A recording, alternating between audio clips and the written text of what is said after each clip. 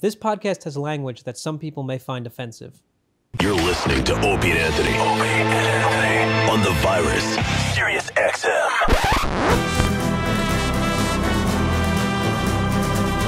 This is Jocks, the rise and fall of Opie and Anthony. I'm Matt Provenzano. But enough of this palaver. Let's get the show on the road. Episode 4. I don't want to keep this light. My next guest hosts the most popular radio program in the country, the Opie and Anthony radio show. On December 21st, 2006, Opie and Anthony appeared on The Tonight Show with Jay Leno. Welcome, Opie and Anthony! Opie and Anthony were at their peak. They routinely had great guests coming into studio. They'd been making a huge splash on radio for over a decade. They've garnered national media attention. Now they were heavy hitters. And now, a few months after doing Letterman, they were doing The Tonight Show. Very exciting Tonight Show, man. Yeah. Finally a moment I could be proud of. Yeah, there you are. Hey, well, with radio, you get those are few and far between. Well, I especially understand. the Now, you radio guys been we doing this, what, 13 years? 12 years, actually. Okay, so how did you meet? Where did that come Well, about? thanks to OJ, we met. In 8 short minutes, it feels like they covered everything that happened in their career so far. Opie called me up in the morning and said, let's just say the mayor's dead. And I'm growling, yeah, okay, fine. He wasn't awake yet, so... No, I wasn't awake. And I was in a bad place that morning, so I said, what the heck, let's blow up our careers It today. sounded great at the time. And what happened? Did you guys get... Even outing radio giant Howard Stern on air. He was the pinnacle of what the shock jock thing was. Yeah. And now to see him hit the talk show trail and pretty much as a radio salesman, it's a little sad to see, let me tell you, Crazy Howie, my prices on this radio, insane, Robin, insane. Very good, Howard. Let me tell you. It seemed like nothing could stop this train. There may have been an incident where a couple had sex at a church, maybe. Yeah, I'm lost here for a second. Yeah. You two were in a church? No, not these two. Not these two. But again, that might be their next stop. Keep listening. Anthony, so Opie, much. thank you, gentlemen. Thank you, Be right back with the Killers right after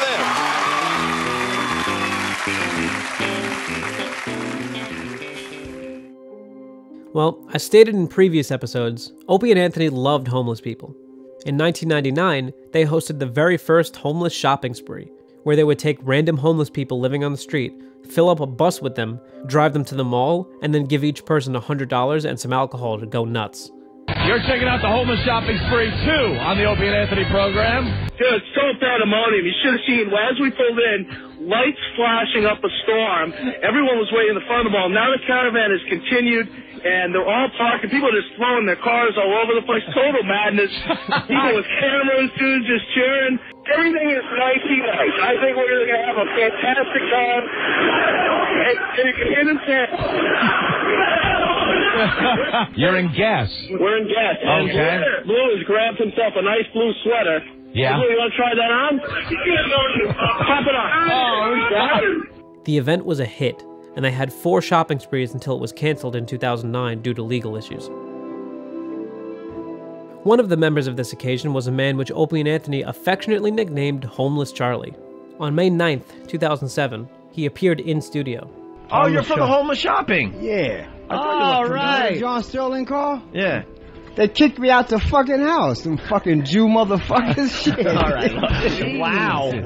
What happened? You had some Jewish landlord, I guess? Yeah. And you wasn't paying the rent? Yeah, the motherfucker named Adolf. I think you got your Did you try ethnicities mixed up, sir? It's clear right from the start that Charlie has a way with words. How do you get some change for what you need? Pick up can, mug old bitches. It doesn't matter. What do you spend your money on? Drugs and beer and bitches. What do you prefer, like, as far as your women go, as far as your whores go? White girl, black girl, what do you like? I don't care. The bitch could be in a wheelchair. I don't give a fuck. Give me some pussy. You know? Just want to fuck.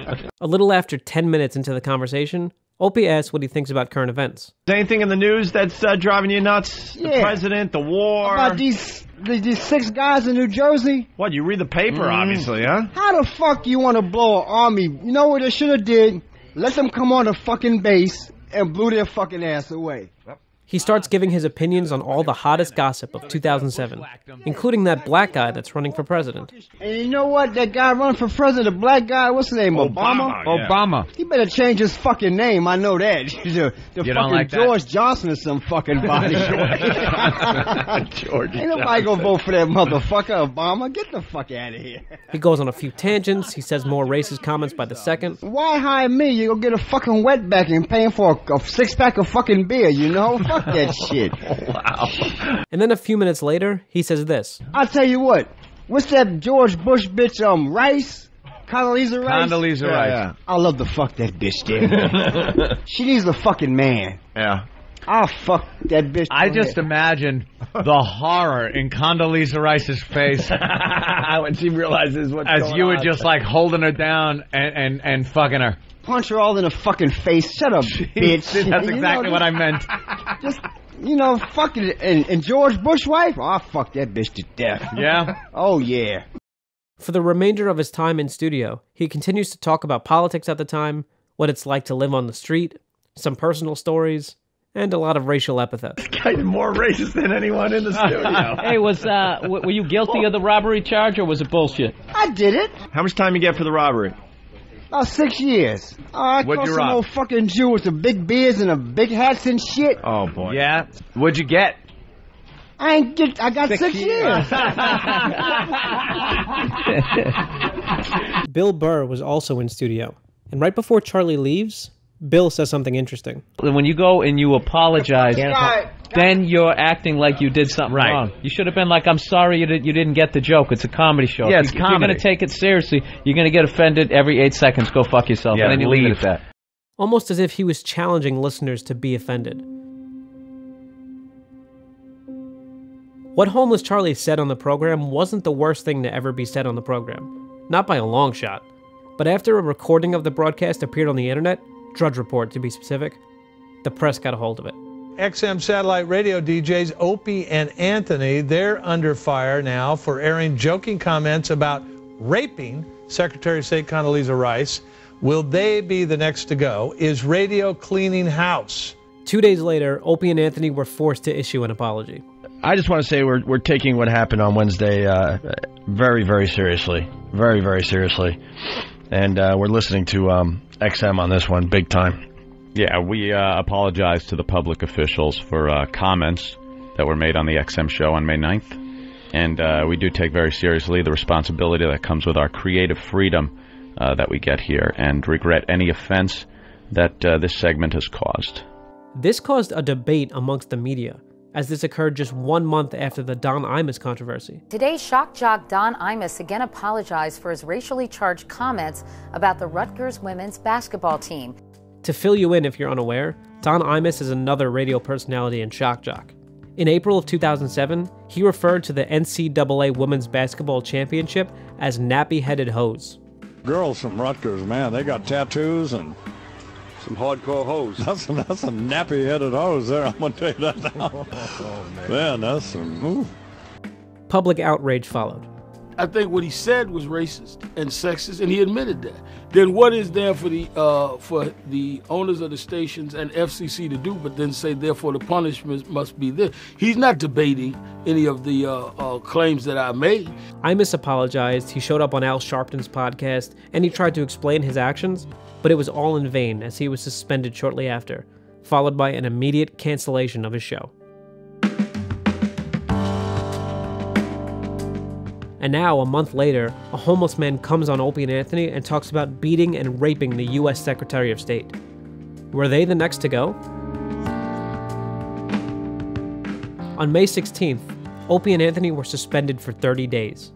SiriusXM wrote, quote, "Comments made by Opie and Anthony on Monday's broadcast put into question whether they appreciate the seriousness of the matter. The management of XM Radio decided to suspend Opie and Anthony to make clear that our on-air talent must take seriously the responsibility that creative freedom requires of them." Unquote. They had been fired before, and it looked like history was about to repeat itself. But what was different this time was the huge outpouring of support from the fans, threatening to cancel their XM subscription if action hadn't been taken. Angry callers actually had to be convinced that Opie and Anthony would not be fired. and in some cases, they had to be offered a month-free subscription of XM just to make them happy. Support didn't just come from listeners. Many longtime friends and comedians came to their aid. The one that made the biggest splash, as usual, was Patrice O'Neal. Our favorite stand-up comic, Patrice O'Neal. Oh, thank you, sir. He appeared on the news show The Big Story with John Gibson and went toe-to-toe with Sonia Osorio, president of the National Organization for Women in New York City. What happened next was legendary. Are O&A next? I hope not. I wish JV and Elvis didn't lose their job or Imus. I don't know her, but I'm assuming that she has nothing to do with funny. So I'm going to speak as the expert on funny. Funny people should just be left to trying to be funny. What if they're not funny? Then you made a mistake. But how many unfunny rape jokes lead to rape? Your world is not funny. Your world is next on The Big Story. My world is people trying to be funny. Well, I mean, you think it's okay to try to make jokes about rape? I'm diabetic. I make fun of that. I'm a victim. I might lose a toe. What's happening now is the marketplace. Now, I think people... You think they were trying to be funny? I think now people in this country... Do you think they were trying to be funny? Tired. You know what? I don't care if they were trying to be funny. That's what I'm saying. Why are you in that business? I've been to your show once, and it wasn't very funny being a woman in your show. It was hilarious. She has an entire encyclopedia of her stance on it, but it's no passion involved. It's not a real... This is just what she has to say. We are outraged and fired and fired and fired. Name calling. I'm outraged. I am outraged. You should be outraged. I am a fool. Now, if I called you a fool, Yeah, Patrice says that if you're having sex with a woman, doggy style, and if you hit her in the head just the right time. No, it's ejaculate in her eye and kick her in the shin, and she walks around like, arg! It's the angry pirate. That's what she was trying to say. A violent act of hitting her in the back of her head, her body. It's called the donkey punch. Which will then... That sound you just heard was members of the crew laughing behind the camera. Patrice immediately turns and addresses them. Why are you laughing? She's outraged. It's called the donkey punch. It's whole humor that she has no clue what it is. We have the same problem that Opie and Anthony does. You can't say just anything on the air. You can say anything you want. It might not be funny. You might get in trouble for it, but you should be able to be attempting. And plus, when is a crazy bum going to get an opportunity to rape the president? If the president's wife, John? Because of Patrice's comments, John Gibson was forced to issue an apology the next day. Opie and Anthony continued on XM on June 15, 2007. But little did anyone know that while this was happening, Opie was dealing with other issues behind the scenes.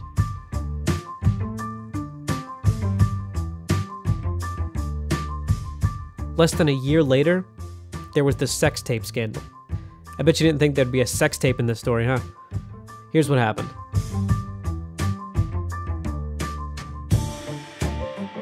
A disgruntled employee named Ben was let go from the Opie and Anthony show a few years back, and according to the guys, he was a man with serious problems. Things I ask you, pussy is what you are. I'm a pussy? You're a pussy. Yeah, I show up every day and I do my fucking job. Pussy. Yeah, why? How am I a pussy? You're a pussy. I'm not the one. The email about it, then fucking respond once in a while. No, I didn't see the email. No, I want to know how's that being a pussy. Fucking teeth knocked out for your little fucking thing on Friday, because what? This part. Yeah, are you? Yeah. Mm-hmm. Go ahead, do it. Take your fucking best shot, Benny. After he was let go, he tried any way he can to take down Opie and Anthony, but more specifically, Opie. He would constantly text Opie threatening and harassing things, basically begging for a reaction. Eventually, he texted Opie, quote, "Lindsay, sex tape. Do I have your attention now?" Unquote. Lindsay was Opie's fiancée at the time. The employee claimed to have possession of a sex tape between Opie's fiancée and Bam Margera, of all people. Even this was silly since Lindsay had never even met Bam Margera. This was all clearly untrue. But on April 23rd, 2008, the false story was printed in the New York Post. Where to begin today? More disgruntled employees going after me. What a surprise. Oh boy, are they going to wish they never decide to do this one. Yikes. Boy, are they going to wish they never did this one. And people are in serious trouble now because they went over the line. Obviously, the New York Post doesn't like the Opie and Anthony show. Well, that's obviously they have connections to another huge radio show. Over the next few days, Opie promised this hellish firestorm upon the employee who leaked this, and Chauncey Hayden, a columnist who got the story into New York Post and into Page Six. The New York Post decided to print a pretty outrageous rumor today, and now all hell is going to break loose. All hell is going to break loose. Yeah. Okay? Just go balls out on him now. Completely balls out. Because I'm not sitting back and taking this one lightly. Simple as that. Simple as that. No. Oh, man, I feel sorry for this person. I feel sorry for this person. Yeah, could have just left it alone. He needs his attention. Well, now he's going to get his attention. No problem. A few days later, Chauncey wrote his own article about Opie in Stepping Out magazine. The headline, in huge bold letters, says Asshole of the Week. The picture in the middle is of Opie, and they just so happen to go with the ugliest photo of him. His neck looks huge and unnatural. Look it up. The caption on the photo says, "The Opie and Anthony Show is now officially the lowest rated morning radio show in New York City, with a 1.7 rating behind WWFS. Opie was made aware of this article the day before it came out on April 29th. He read it in its entirety during the commercial break from the show, and he went ballistic, throwing headphones, breaking equipment, and screaming. Then they came back on the air. It was brought to my attention that Chauncey Hayden, who's pretty much obsessed with me at this point, has another article about me that comes out, I guess, tomorrow. And this article is so ridiculous. I read it just before Adam walked in the studio and completely lost my shit, broke equipment in here, and then I sat down and I pretty much was trying not to bite my own face off. There's an article coming out tomorrow in Stepping Out magazine where I'm being called the asshole of the week by Chauncey Hayden, someone who's very, very obsessed with me. He's a dirty journalist. Only a week, though? Huh? Only a week? He's a dirty journalist. He's a lying journalist. He's a dishonest journalist. And someday he will get his. While Opie tries to read the article on air and explain his side of the whole thing, Anthony makes jokes to keep the show light. He calls her Lindsay O'Groton. Who the hell is Lindsay O'Groton? I don't know, but I had some the other night with a steak. It was wonderful. So there's more misinformation. You could hear it getting to Opie. Bam Alfredo. There's only one problem. Cheesy dish joke. Thank you, fan. I'm a douche. I know you don't give a shit, but let me at least read through this. This is the only thing I'm mad at. I mean, you could call me asshole of the week. You could say how, like, people that used to work for the radio show hate my guts. Whatever. All right. Talk all you want about me. I don't give a shit. But what really is pissing me the fuck off is this. He says, last week, Paige, do you really want... Dude, I'm just trying to fucking around. But you know what? Sometimes it's a real moment. Just fucking go with the real moment. You're not going through this fucking bullshit. Dude, I've been through so much fucking shit involved in this show. Lighten up. I'm trying to fucking keep it light. I don't want to keep this light. All right? Do what you want. There's no reason to keep this light. You Do know what you want. You know Yell he's at a me, throw headphones at Jimmy. We're the fucking assholes. Fuck this then. I didn't. First of all, I didn't throw the. I already explained that I didn't throw the head. You're fucking. I didn't throw the. I didn't throw the headphones at fucking Jimmy. I explained. You're fucking dick to us because you're pissed off at this fucking douchebag. No, because you're. And we're assholes now, dude. You're uncomfortable in making jokes. No, There's not a time for jokes. That's all. Dopey show. Well, it's not fun right now. I throw in jokes. It's not fun right now, Anthony. Info out. It's not fun. You know we've talked behind the scenes and what this has done to me and my girl. I understand. I've been through shit like similar shit. I understand. It's not fun. But we're not the bad fucking assholes here. All I'm asking is not to make little jokes. I want to have a moment here. And when I threw the headphones, when I read this, I wasn't throwing them at Jimmy, and I apologized immediately. Didn't I apologize to you immediately? Yeah. I did not throw the headphones at you. I swear to God. I know. I went to hit this fucking thing, and they went flying over the thing. And immediately I said I fucking didn't throw the headphones at you. This is a real moment that's going on. I got a girl at home that is this close to a fucking nervous breakdown because she doesn't deserve this shit. I understand. Say whatever you want about me. I don't care. But my chick doesn't deserve this shit. I know. And it's everybody knows in my little circle that it's not true. But there's a lot of people out there still wondering what the fuck is going on with this shit. Okay, read it and I'll shut the fuck up. Well, no, I mean, but just don't needle me. That's all I'm asking. Needling you. I was trying to add a little levity Dude, there's been times, and there's been times with you with personal stuff on the show. I'm right there with you, right there. Okay, I'm right there. I read please, you. Believe me, and I don't want to bring up this stuff, but all I want to say is when you go down a serious road, I'm right there with you. I read you and go, wow, this is pretty heavy shit, and I'm there just to kind of support and listen to what you have to say. And I'm right now, I'm completely on edge, and I apologize if you're throwing in your jokes. I just don't want to hear it right now. Because this guy is a complete asshole. If you listen closely, you can hear Lindsay calling Opie and telling him to stop. Hello? Yeah. Why?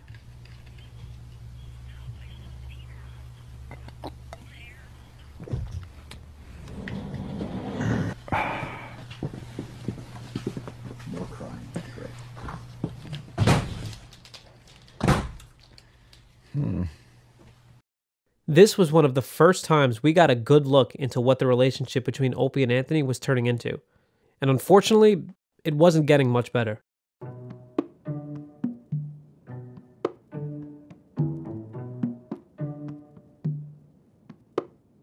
Opie and his fiancée Lindsay sued Chauncey Hayden for $10 million. Page 6 in the Post apologized for the article and labeled it extremely incorrect. Since all parties involved eventually agreed that the sex tape was a false rumor, the story was ruled newsworthy, and the lawsuit was dismissed.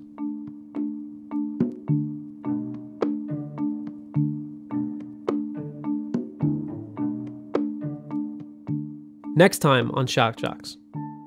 Lives are changed forever. I don't even know what to say.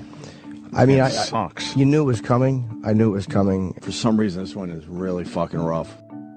And the fighting gets worse. Don't worry, dude. This will be over soon. You go your way, I go mine. Trust See, me. that would... Trust me. Oh, I could bring up the fact that Trust you've me. mentioned that 80 fucking times. Because that's really going to happen.